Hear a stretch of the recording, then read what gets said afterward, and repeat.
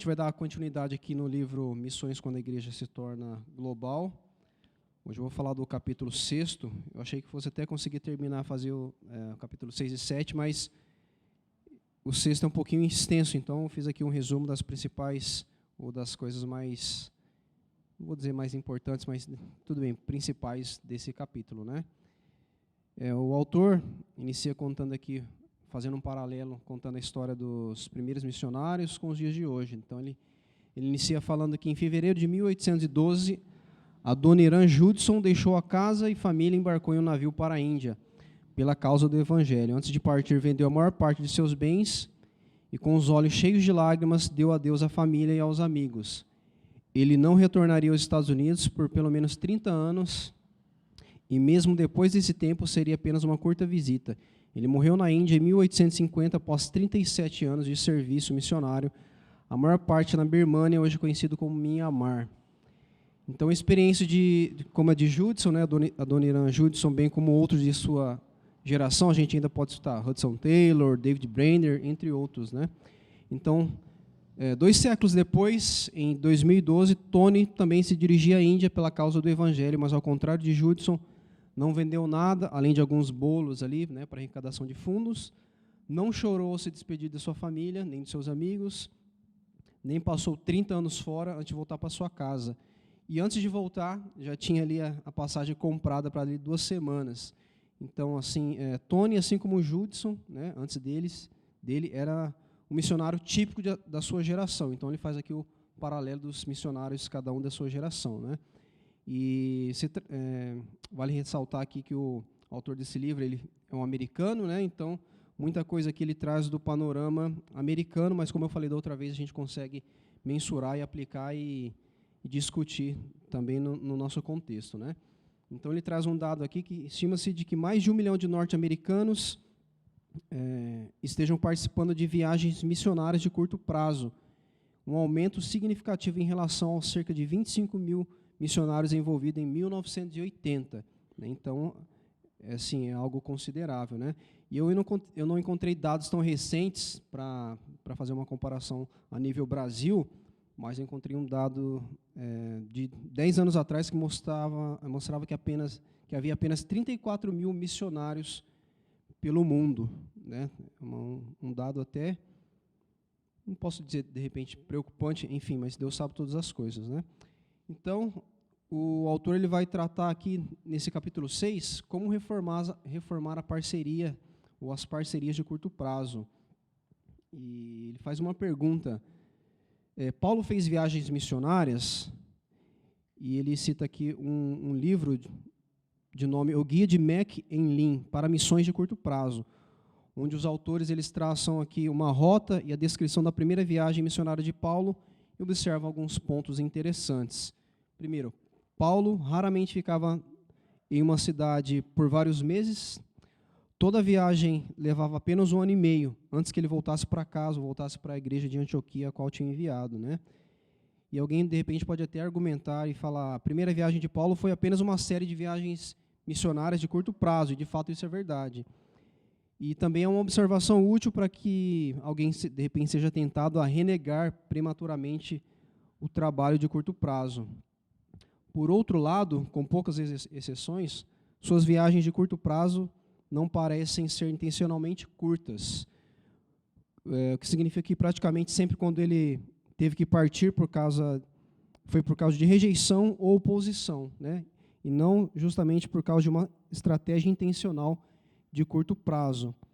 E também a maior parte dessas viagens constituiu-se de visitas congregacionais, ou melhor, visitas a congregações de cristãos que já existiam, né? E não de esforços para se estabelecer novas igrejas ou se estabelecer ali novos grupos, ou seja, apenas para apoiar trabalhos já existentes. Então, desculpa, irmão, viagens de curta duração não são antibíblicas, mas também não são sustentadas pela Escritura como o melhor método para espalhar o Evangelho e plantar novas igrejas. E, historicamente, isso não foi o método mais comum utilizado, pelo menos até recentemente, né? E, obviamente, aqui o autor ele não está sugerindo que as viagens ou as missões de curto prazo sejam abandonadas, mas que os esforços de curta duração sejam verdadeiramente fiéis. Ele tem um outro subtópico aqui, que ele fala justamente sobre as viagens de curta duração, né? E ele cita que um dos problemas que se verificam em muitas viagens desse tipo é como ela é planejada e promovida. A maioria das igrejas promovem as viagens de curta duração falando de como é bom ter uma experiência missionária ou da parte de fazer a diferença no mundo. E os que participam contam como a viagem os impactou, revolucionou sua fé, e obviamente ele não está duvidando de que isso possa acontecer, né? Há benefícios também. Mas, em geral, parece que o foco está em nós mesmos, não em nossa experiência em encorajar a obra e glorificar a Deus, né? Então, se promovemos missões de curta duração baseada nos benefícios que podem trazer para nós, a gente corre um sério risco aí de transformar, de repente, numa empreitada egoísta. Então, isso pode resultar em trabalhos totalmente desconectados, né, dos missionários ou do trabalho a longo prazo, trazendo problemas, então, para o trabalho local, para o missionário local. Ele cita aqui também como a falta de preparo da motivação correta e entendimento cultural pode significar que os missionários de curto prazo acabarão dizendo e fazendo coisas que, na verdade, ferirão ali a obra dos missionários e cristãos locais, fazendo com que o trabalho ali recue.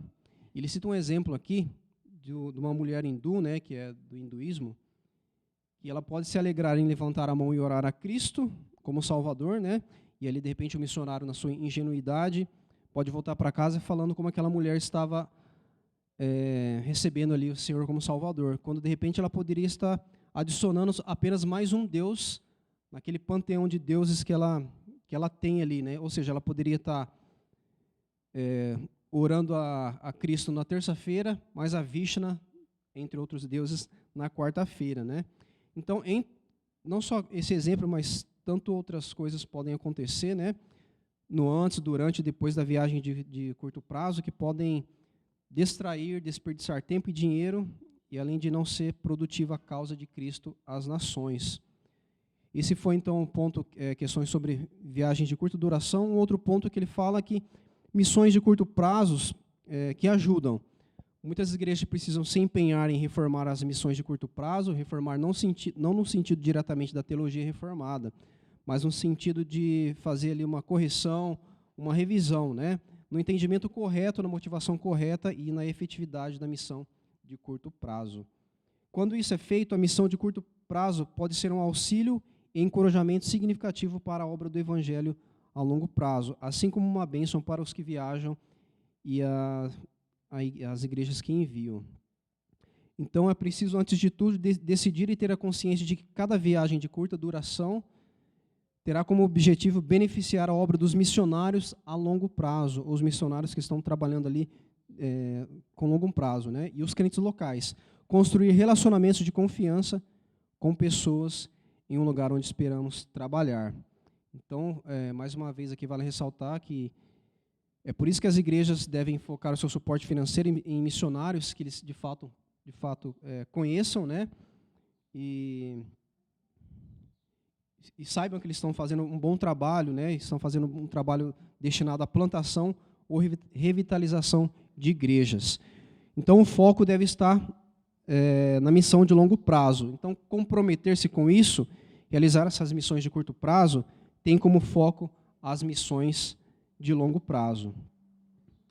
Os missionários precisam de todo tipo de ajuda frequentemente, né? Desde ajuda com filhos pequenos, a outras coisas burocráticas e coisas de bastidores. Só que eles não podem contar, de repente, ali, com o apoio de incrédulos locais, né? Eles podem correr o risco aí de ser denunciado por governos hostis, coisa do tipo. Nem podem contratar também nativos, sob o risco, crentes nativos, na verdade, né? Sob o risco de que eles possam ser aí detidos ou até coisa pior, né? Então, o autor ali que traz mais um exemplo também de algumas pessoas da sua própria igreja que alegremente prestavam serviço aos missionários. Eles, em suas férias, viajavam e acabavam servindo de babás dos filhos dos missionários. É tipo um programa de au pair, né? Para quem não sabe, au pair é um programa, basicamente, não sei se tem em outros países, mas eu conheço nos Estados Unidos, onde é mais comum meninas, mulheres vão para os Estados Unidos para ser babá, né? E tem todo o benefício lá de estudar o inglês e experimentar a cultura americana, né? Obviamente aqui não tem o mesmo glamour de falar, eu estou cuidando de um bebê de uma família americana, né, nos Estados Unidos. Ele ainda cita que teve um encontro de treinamento missionário, onde ele foi abordado por um casal de missionário, que estava emocionado porque eles descobriram que a pessoa que estava cuidando ali do bebê deles era um funcionário da Casa Branca, ou seja, um funcionário ali do governo americano que estava de férias. Então, que ele decidiu ali, no momento das suas férias, né, do seu lazer, servir uma família de missionários, né, um trabalho simples e singelo. Então, a ideia de alguém tão competente, com um cargo tão elevado, vamos dizer assim, ele não especifica aqui qual era a função dessa pessoa na Casa Branca, mas um trabalho tão importante, né, onde ele preferiu ser útil e, ao mesmo tempo, encorajador, né? Então, o cuidado de Deus com os missionários, e, obviamente, não só com os missionários, como todos os filhos de Deus em geral, nos mínimos detalhes, acabam encorajando, também emocionando, né? Então, o trabalho de curto prazo, ele também ajuda a começar novas oportunidades em um novo lugar, que podem arar a terra, que futuramente se torna um trabalho a longo prazo. Finalizando aqui já o capítulo 6, o autor, ele elenca aqui 10 dicas, 10 orientações para se preparar para uma viagem de curta duração. Obrigado, irmã.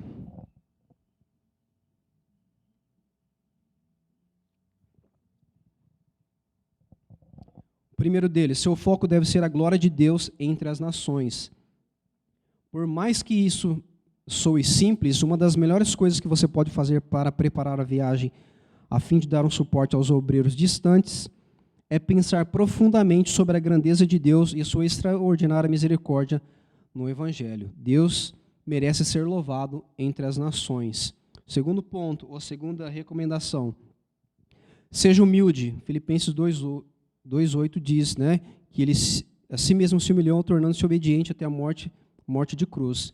Então, nós somos redimidos por Cristo, humilde. Então, a gente precisa se submeter aos obreiros que estão no campo, uns aos outros em amor, não pensar de modo tão elevado a respeito de nós mesmos, né?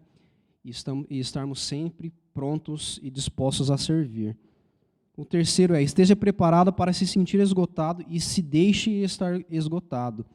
O trabalho em um lugar distante e um ambiente estranho é cansativo. Então, todo serviço e dedicação acaba sendo cansativo e nem sempre é divertido. Então, precisamos nos lembrar que, mesmo cansado, esse cansaço é da extrema dedicação ao reino do nosso Senhor. O quarto é, seja flexível.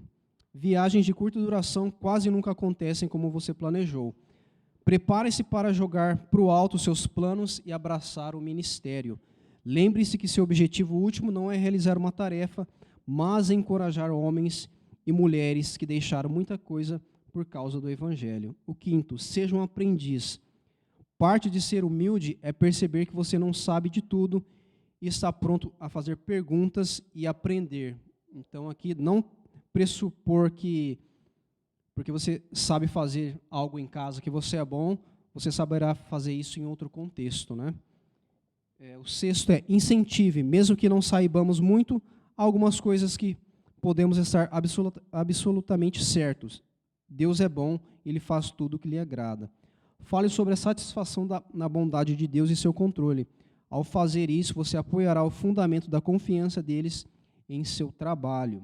Sétimo, não meça esforços no serviço. Esteja preparado para cuidar de seus obreiros de modo abundante, mesmo que vá além do apreço razoável. Faça isso de forma digna do próprio Deus. Oitavo, não seja um fardo para os outros. Você não é um turista, você não está ali para ser servido. Portanto, prepare-se para deixar de lado coisas que gostaria de fazer para servir aqueles que você foi abençoar. O nono, seja paciente.